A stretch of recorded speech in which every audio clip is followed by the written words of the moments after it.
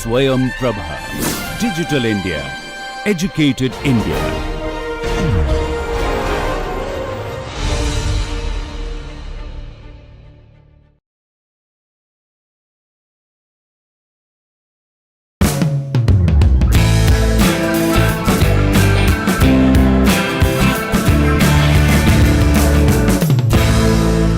Okay. So, at last we finally started conduction and we derived the heat conduction equation for conduction, the energy equation for conduction in Cartesian coordinates, and we saw the three types of boundary conditions. As and when we come to the sphere and cylinder, I will give the governing equations for cylinder and sphere, but I deliberately and intentionally avoided some complicated mathematics and algebra in deriving the energy equation. I assume that it is incompressible substance and all that.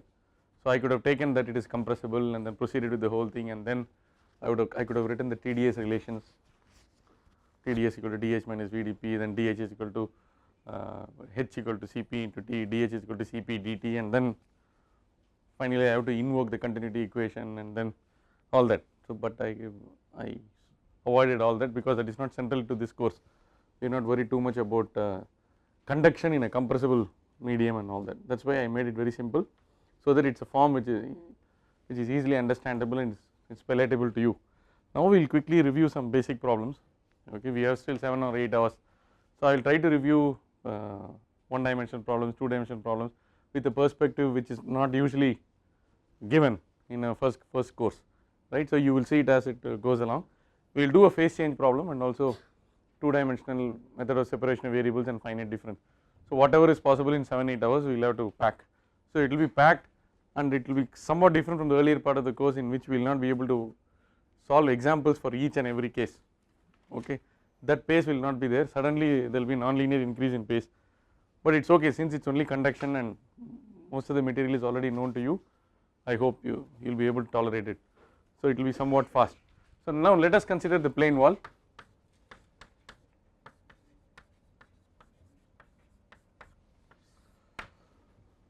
So the one dimensional plane wall is a classic is a classic system which is studied in conduction and heat transfer because it has got numerous applications. Okay. Examples: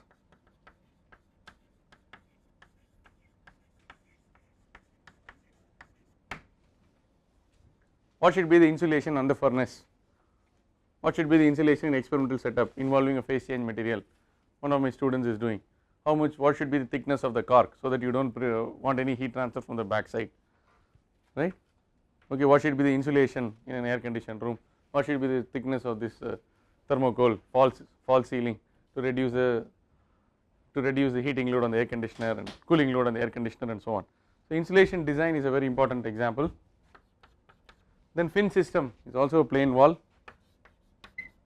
I use extended surfaces to increase the heat transfer rate.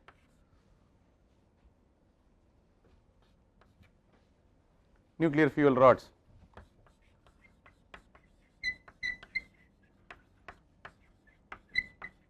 Okay, if it is a circular rod, then it may not be a plane wall.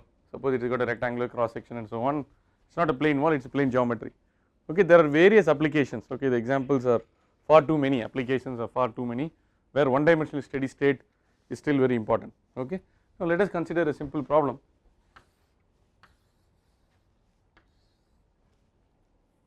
Okay, so this is okay.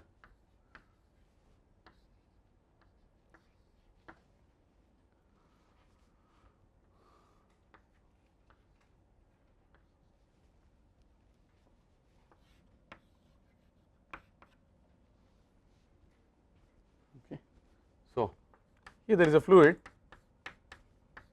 which gives a heat transfer coefficient of H1. The free stream temperature is T infinity 1.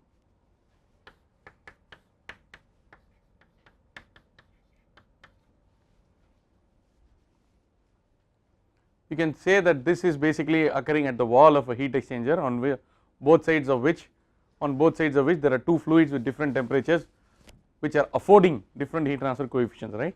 This is the common situation in convective heat transfer. There is a solid wall, there is a fluid flowing past it. either the fluid is moving and the solid is stationary or vice versa. When the airplane moves, the fluid is stationary and the solid is moving. Once there is a relative motion, a convective heat transfer situation is set up. Now T infinity 1 is greater than T infinity 2.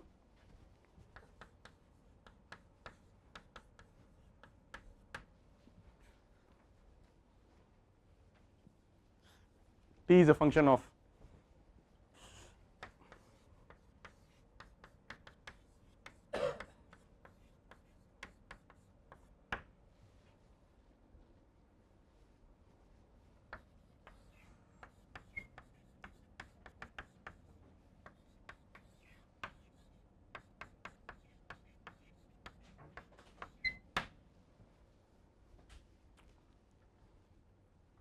okay.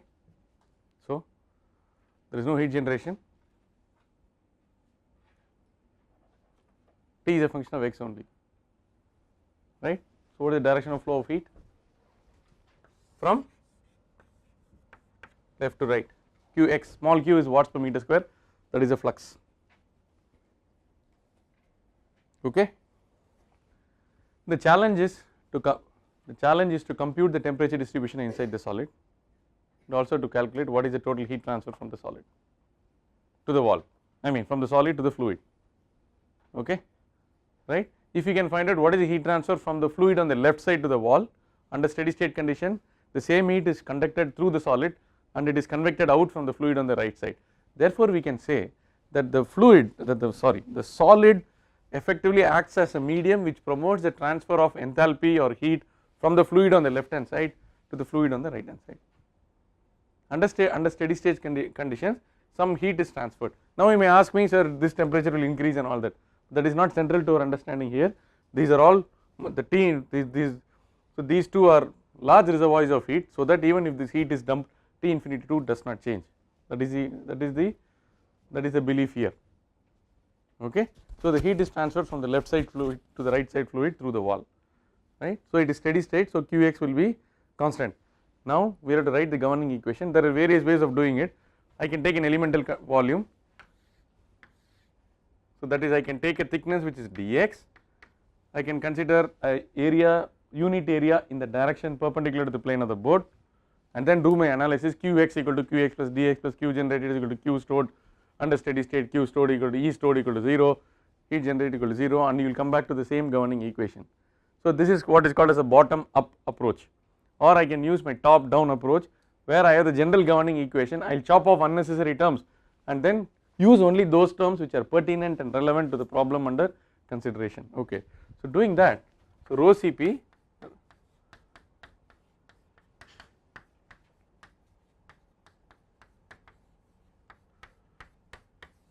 so this is a general governing equation,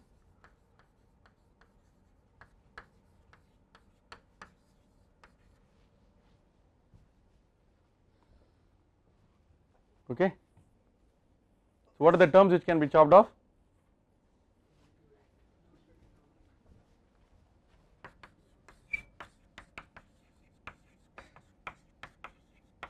So steady state prevails in the system, therefore the first term is knocked off. I also told you there is no heat generation, right, Q equal to 0, this is knocked off. Now therefore even the del squared can be simplified because T is a function of x only, correct.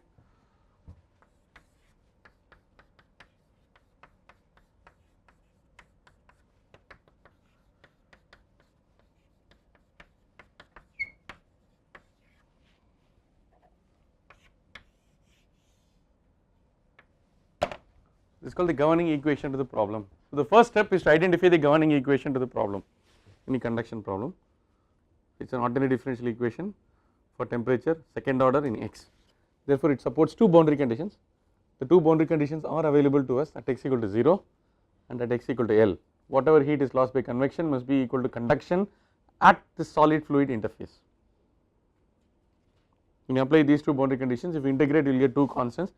We can evaluate the constants and get the temperature distribution, but you will be surprised to note that even such a simple problem when I gave a boundary condition like that, it is not as easy as you think when you do the algebra, because traditionally in your courses on heat transfer, the teacher will say left side is T1, right side is T2. Left side is T1, right side is T2 is very difficult to have in practice. Invariably there is always a fluid on two sides, whose temperature alone we know, and there is a heat transfer coefficient. Only if the heat transfer coefficient is infinity will the T1 here be equal to T infinity 1 and the T2 here be equal to T infinity 2. Therefore, having a simple system T1 and T2 is very easy to teach, very easy to derive mathematically, but unlikely to be encountered in practice. Okay. Now let us take the general case. We can always take H1 equal to infinity, H2 equal to infinity, and reduce to the simple case which you are learning from high school onwards. Okay, that is Q is equal to K delta T by L. I do not know when you started learning this. Okay, so that is the, but we are supposed to be heat transfer specialists, so we will have to complicate the problem or take a more realistic case of the problem and see what happens. Now the fun starts when you do the mathematics. Let us do it.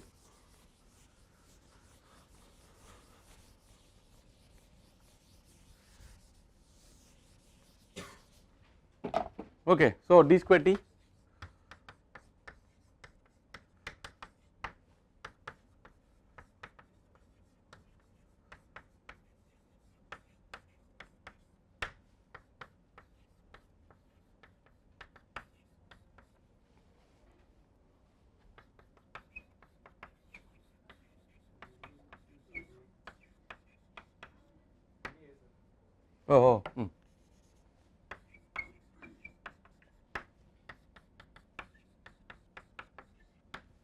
right. So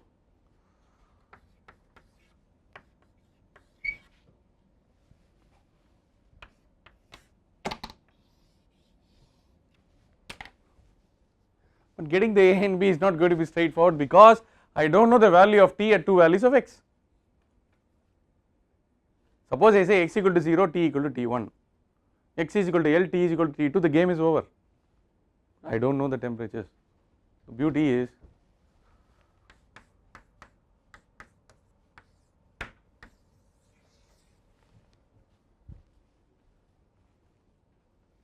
I know only the fluid temperatures which are bathing the wall. Okay, so but two boundary conditions are available, therefore it should be possible for us to solve, right. Let us do that.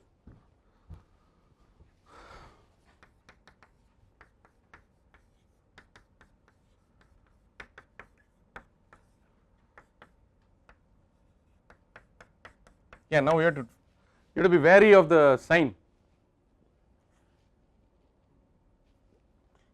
dt by dx is decreasing along x or increasing, dt by dx is positive or negative, because the we know that the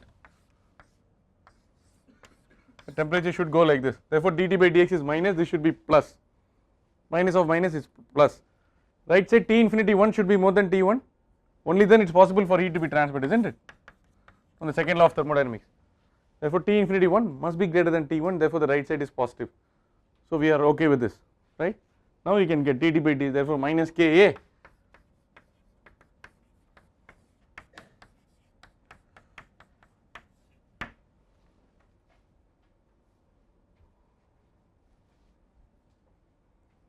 does not help me much because T1 also is not known, therefore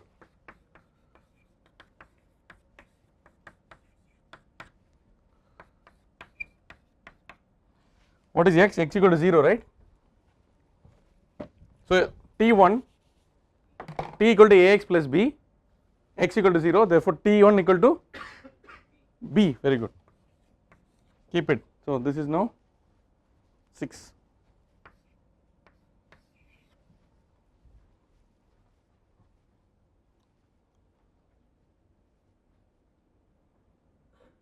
Okay.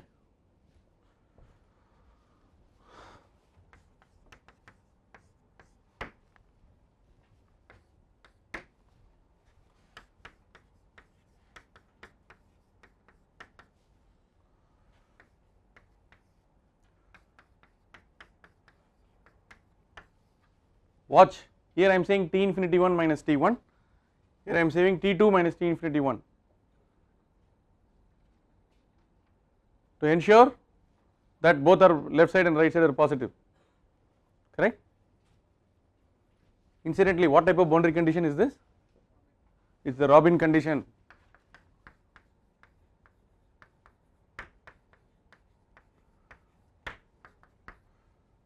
It is not Robin conduction, it is Robin condition, okay.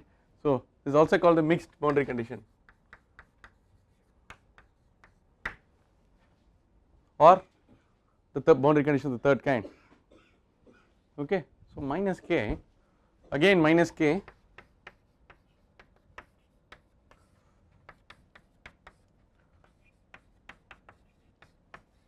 is that correct?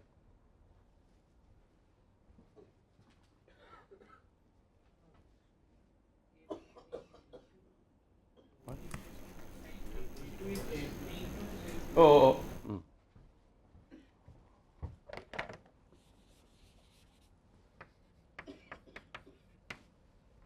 Who is not well?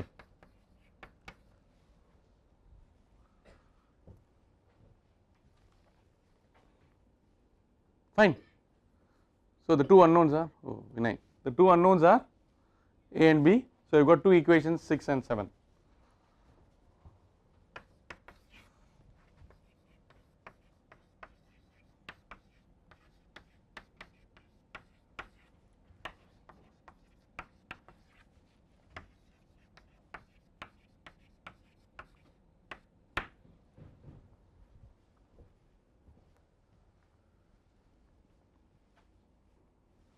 Alright, let us do that.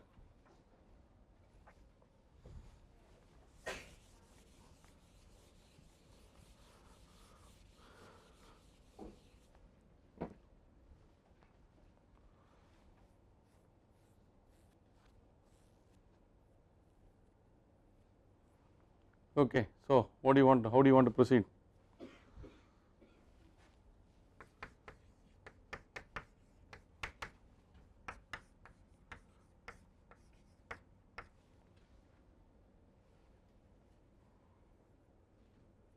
Correct?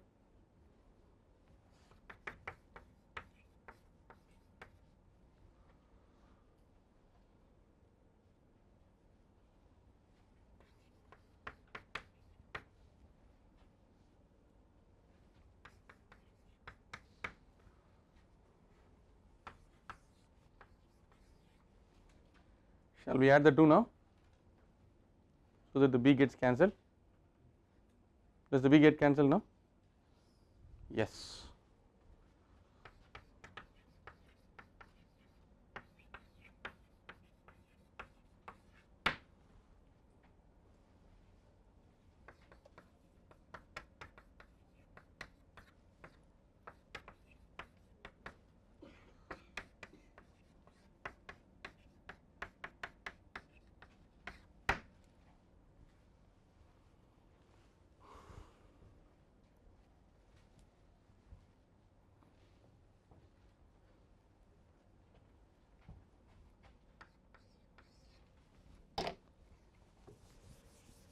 We should know why you are doing all this. We are trying to solve A and B, right? You can keep on manipulating the equations. So we should remember our goal. Our goal is to solve for A and B. I can take the A to the right hand side and push the whole thing to the left hand side.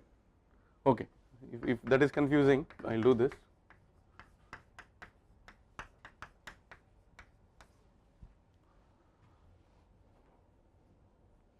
Minus AL, correct?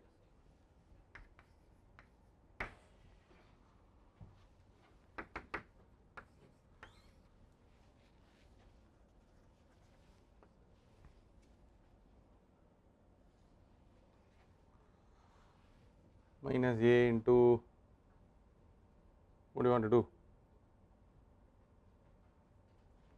Minus KA.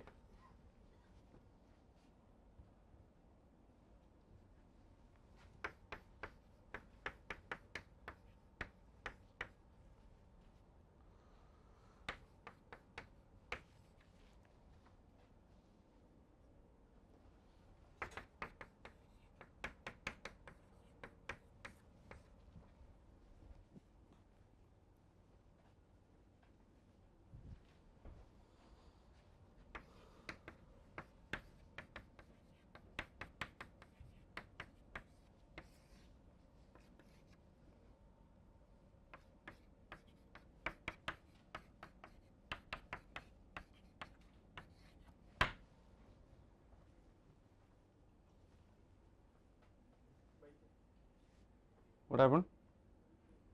Is there a K? Okay. Now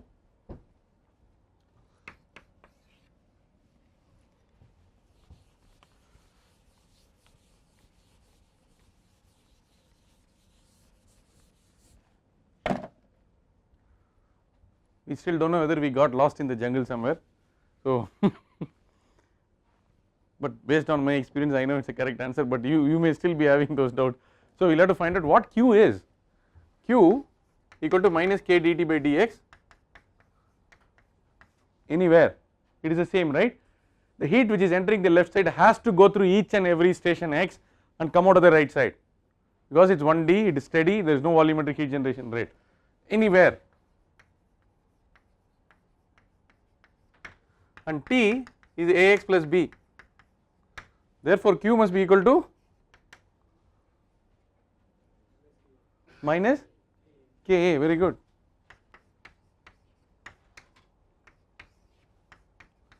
I have an expression for A already, okay, therefore Q is equal to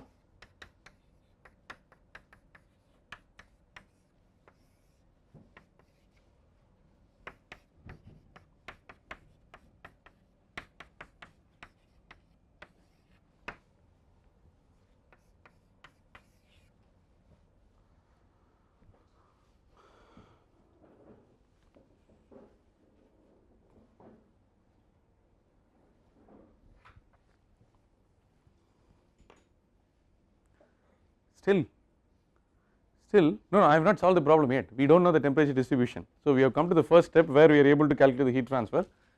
As an engineer you may be interested in finding out what is the heat which is leaking into the system or going out of the system depending on your application. Suppose it's liquid nitrogen you are storing inside, so the heat leak from outside is what your this thing, or you are looking at some other insulation system, what is the heat leaked outside. Now coming back to the jungle question, whether we are lost somewhere in the jungle or not. So there should be, as an engineer there should be a way of testing, you should have a method by which you test whether what you have done is correct or not. So one quick check would be, if H1 is infinity and H2 is infinity, that means there is a terrific heat transfer coefficient on, if there is a terrific heat transfer coefficient on this side, therefore with very little temperature difference this wall will reach a temperature which is the same as that of the fluid, therefore T1 must be equal to T infinity 1. That happens when you have terrific heat transfer coefficient approaching infinity. Similarly on this side, if H2 is terrific, that is if it is approaching infinity, T2 must be equal to T infinity 2. Are you getting the point? Because after all what is Q? Q is equal to H delta T, okay. So when the H tends to infinity, for a finite amount of heat flux the delta T required will be very less. What is the delta T required? The delta T between the wall and the fluid. So if H tends to infinity, delta T asymptotically approaches to 0, therefore T infinity 2 will be equal to T2, T infinity 1 will be equal to T1, 1 by H1 will be equal to 0, 1 by H2 equal to 0, this will be T1, this will be T2, so you get Q is equal to K delta T by L, which you learned physics from high school, K delta T by L, okay. So now we got the intermediate result, the B is still left, only if you complete the calculation by getting the value of B we can substitute it back and get an expression for T, and I will explain the physical significance behind this a little later after 5 minutes maybe. So let us work out for B. A is there, so let us start from here. Is it a good place to start from? Okay.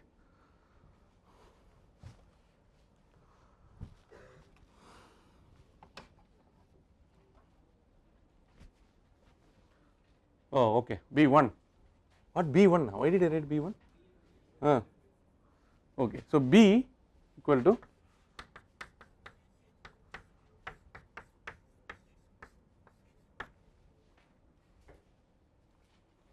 okay. So B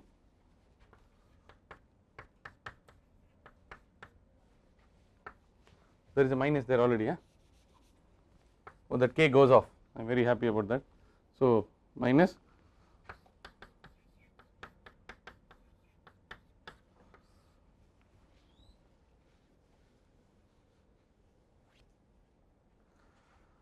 divided by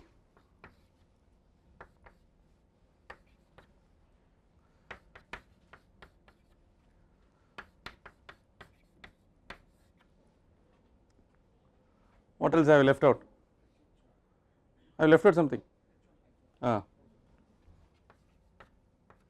even when you are doing a derivation you can smell, no, you have done JE and all that. As you go through the derivation you know whether it is 24 balls 26 runs or 24 balls 52 runs. You every step you can find out whether you are going to hit the answer or not, right. So okay, if you keep on working in particular subject, whether it is differential calculus, integral calculus, somewhere in the middle itself you will know that yes I am getting the answer or I am not going to get the answer. Okay, now I think we are going to get the answer, right. So what is B?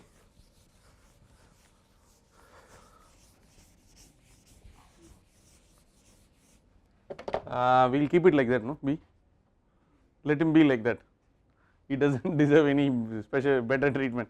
Okay, now T, because it gave so much of trouble to us, so T equal to Ax plus B,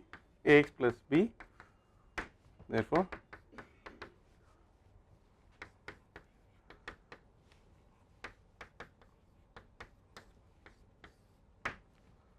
did I leave the K here?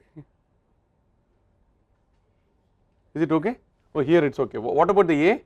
A has a K, right?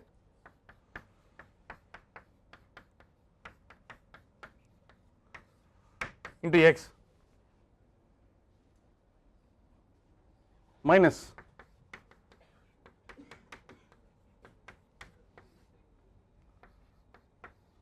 just hang on Deepak, one second I will complete it, then tell me is there a place where minus has to be changed to plus, tell me. What? Okay, A is minus, okay. This is the solution to the problem, that is what we propose, we hope it is all right, okay.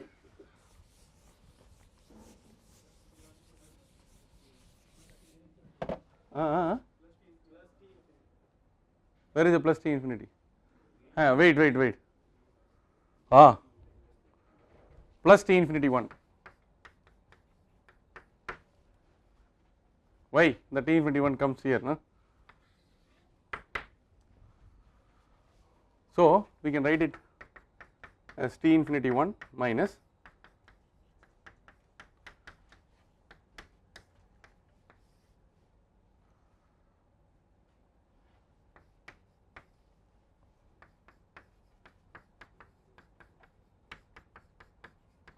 yeah, please tell me what is there in the bracket.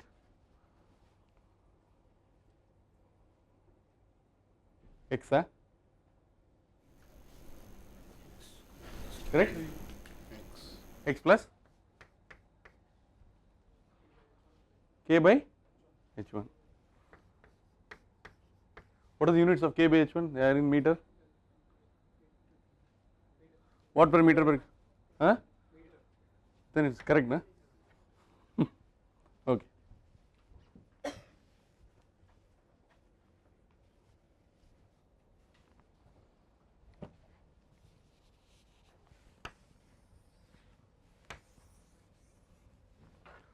The expression may be complicated and involved, all right, but is it linear in X?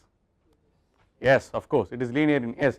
Therefore, the temperature distribution is linear. If the temperature distribution is linear, dt by dx will be a constant. Q is equal to k dt by dx, and k is a constant thermal conductivity. So, linear temperature distribution will give rise to a constant heat flux. Okay, a quadratic variation in temperature will lead to a linearly varying heat flux. Okay, a constant heat flux does not always assure a constant heat transfer rate if the area itself is changing, for example a cylinder or a sphere. So dt by dr may be constant, but A may be 2 pi r dr, then we are in trouble. So you have to be careful.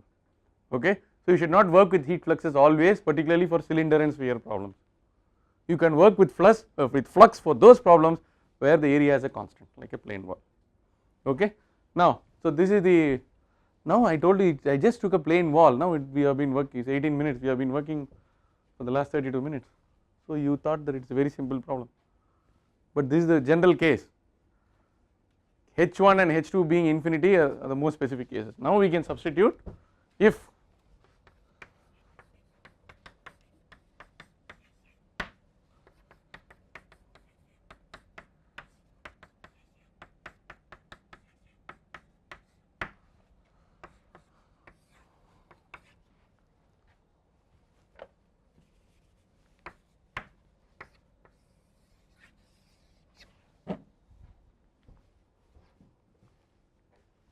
okay. So 8, we gave some number, no? What should be the number for this? No, not 9, 9, 15, all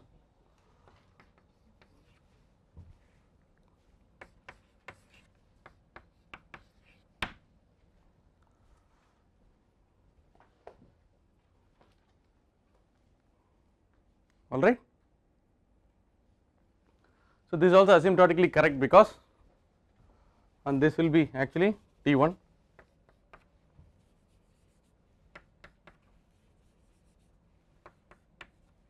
this is the linear temperature profile, okay. People working in heat transfer, we call it as the LTP, linear temperature profile.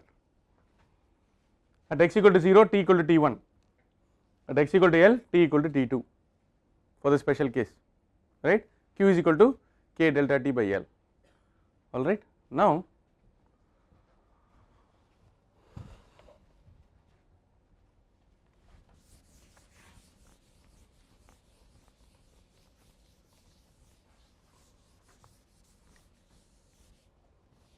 what was your Q?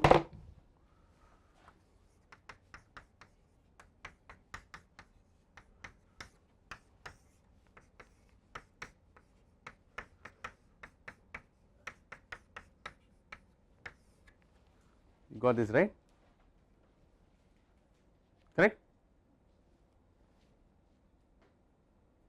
Fine. Now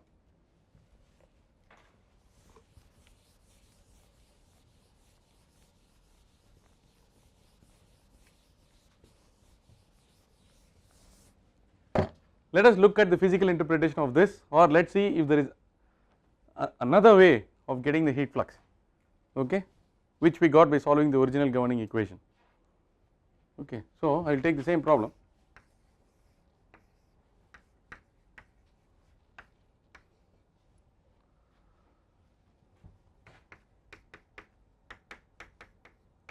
Of course T1 and T2 I do not know, right.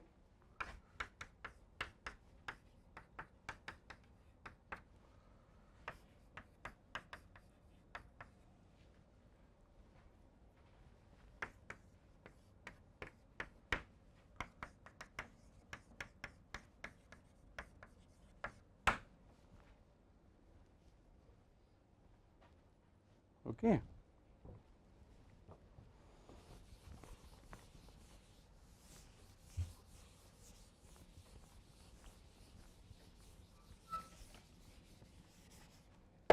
I can use the argument that it is the same heat flux which is travelling from left to right. At every station the heat flux has to be the same, correct. Where else will it go? There is no heat generation, there is no heat stored, okay. Therefore I can say that the Q is equal to, on the left hand side it is equal to H1 into T infinity 1 minus T1, is that right? This is the heat which is entering from the hot fluid on the left side onto the wall by convection. After it has entered the wall through convection, it has to be conducted into the wall, okay. So the Q is also equal to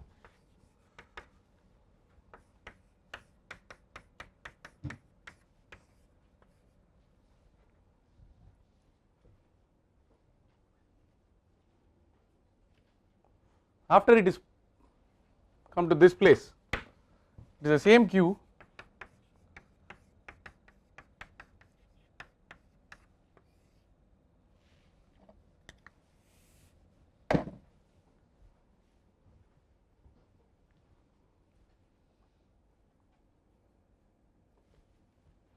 after all it is the same Q, therefore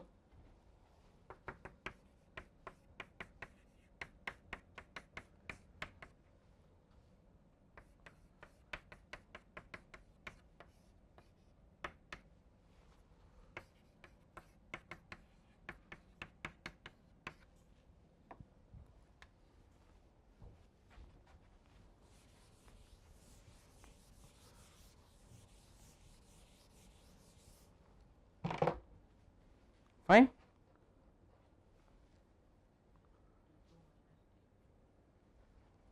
Okay.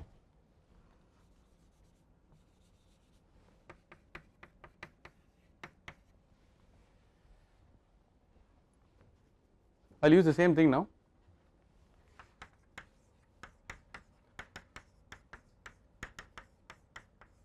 This must also be equal to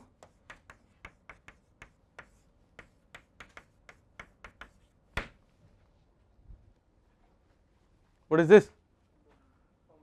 Component or dividend or rule. Therefore,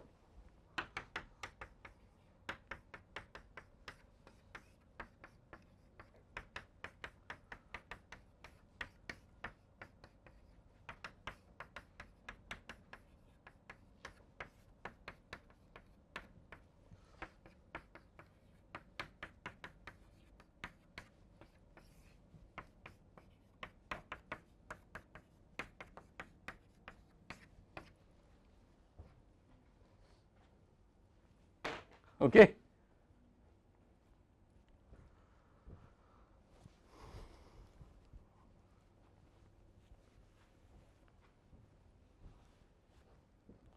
This is a quick and smart way of solving it, but it is not always possible to do it.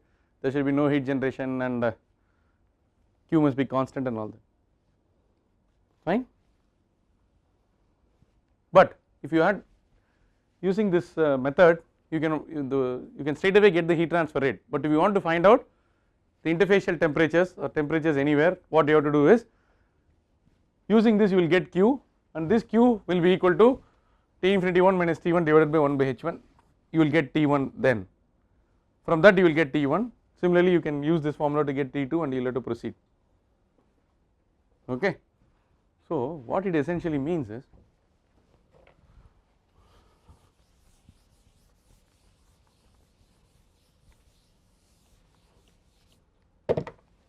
I have a temperature difference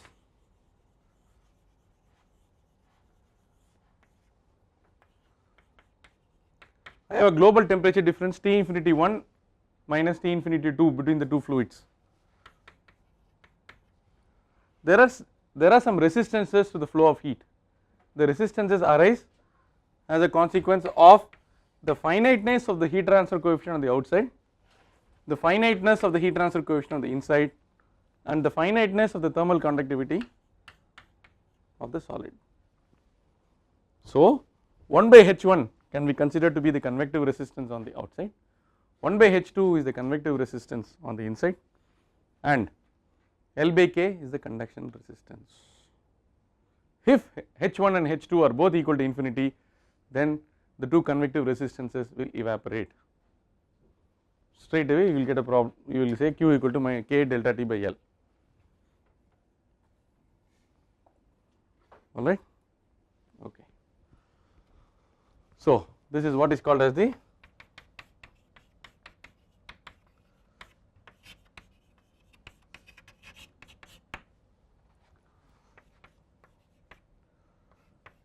actually there is a A. What is a A? It is the area of cross section in the direction perpendicular to the plane of the board. So this is called the convective resistance.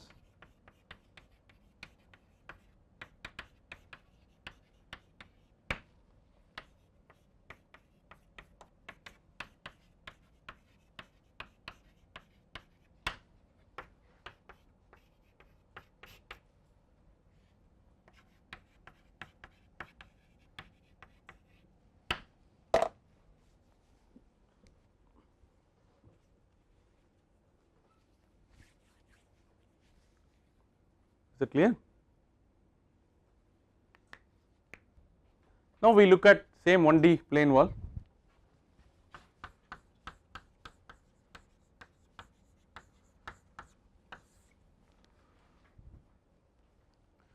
So conduction there is no syllabus, or you have to take the governing equation. I have to keep on solving till we get tired. If 8 hours are over, I will change from plane wall to cylinder to sphere. I will take steady, unsteady, certain things it's possible for me to analytically solve, certain things I will propose charts, certain things have to be only numerically solved. There is no question of syllabus or anything, okay, we will keep on doing something, okay. So, so the 1D plane wall, variable thermal conductivity.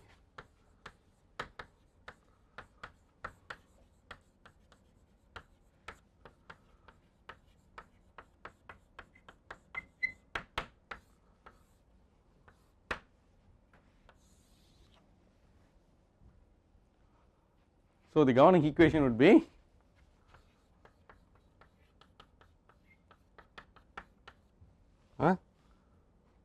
what is this? Dou by this is not good, okay. So it's 1D. Oh.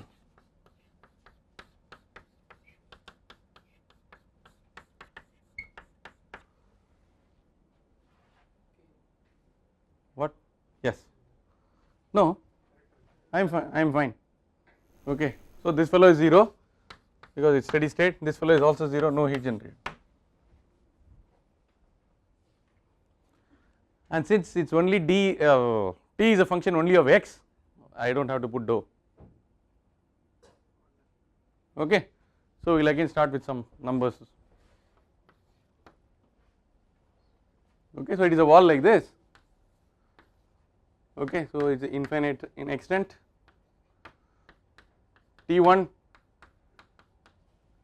T2, but unfortunately k is a function of x.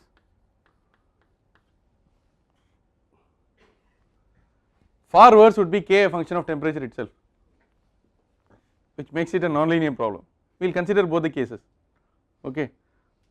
K could be a function of x, that means the material is anisotropic or non-homogeneous, whatever, okay. Now k is a function of t, it is a nonlinear thermal conductivity, that is, see you are trying to get the temperature, the temperature is dependent on the thermal conductivity, but the stupid thermal conductivity itself is dependent on the temperature. So that goes into a loop, that goes into a spin, so that is why it is nonlinear, okay. Now this is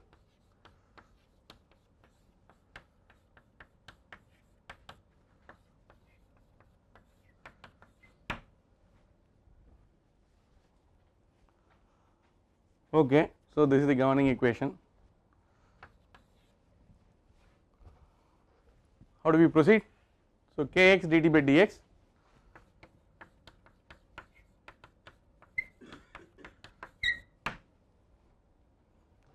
what did I do?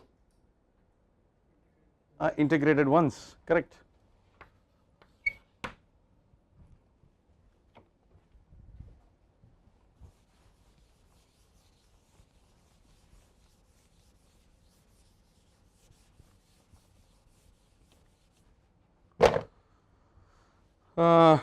What do we do?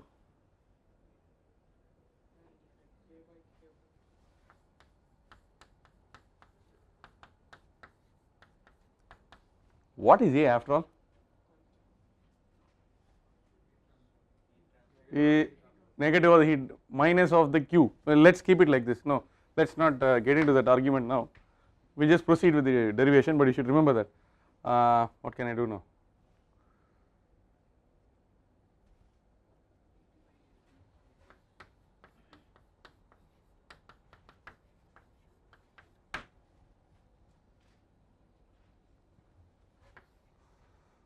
Watch.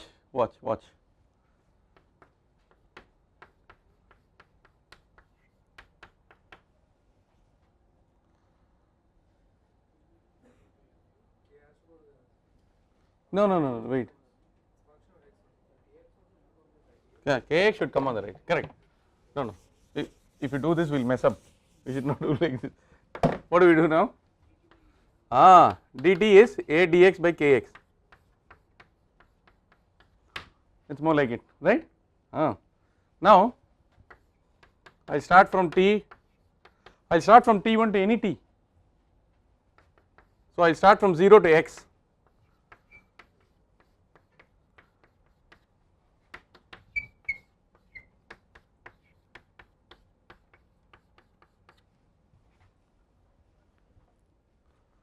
any problem? Finally somebody will give me the value of kx, right. So some experimentalist or some theoretician will give. I won't be so desperate that I don't know what the functional relationship between k and x. Alright, now how do I get a?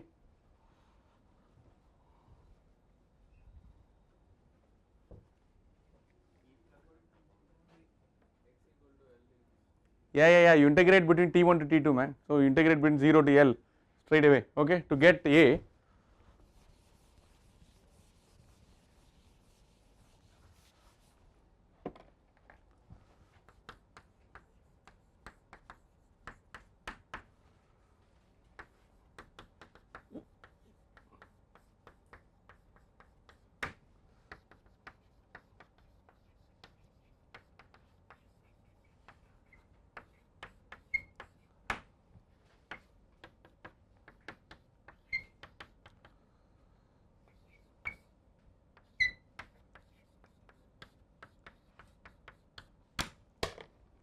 What is this? T2 minus T1.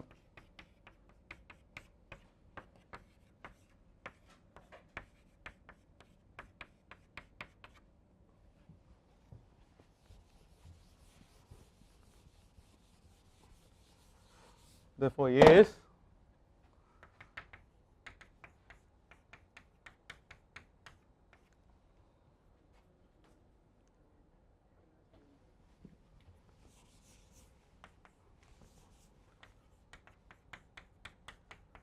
by 0 to L.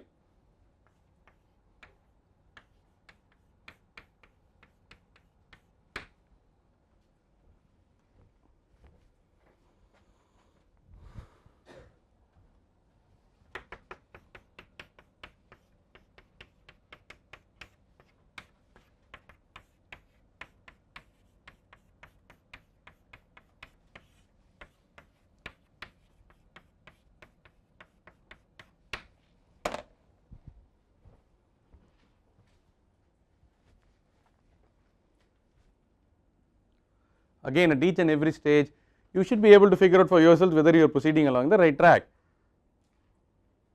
A good way to check whether you are proceeding along the right track is to look at what this expression will become if k of x is constant. If k of x is constant, it can be pulled out of both the numerator and denominator. Right side will be just x by L, which is the linear temperature distribution model for the constant thermal conductivity case.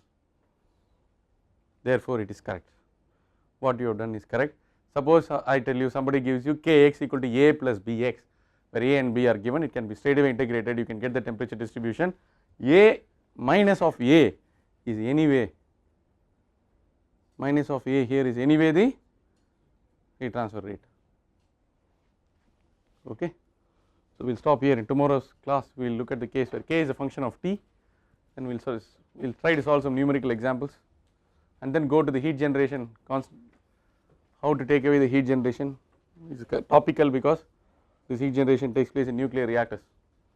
How is the heat taken away by the coolant, okay. So I stop here.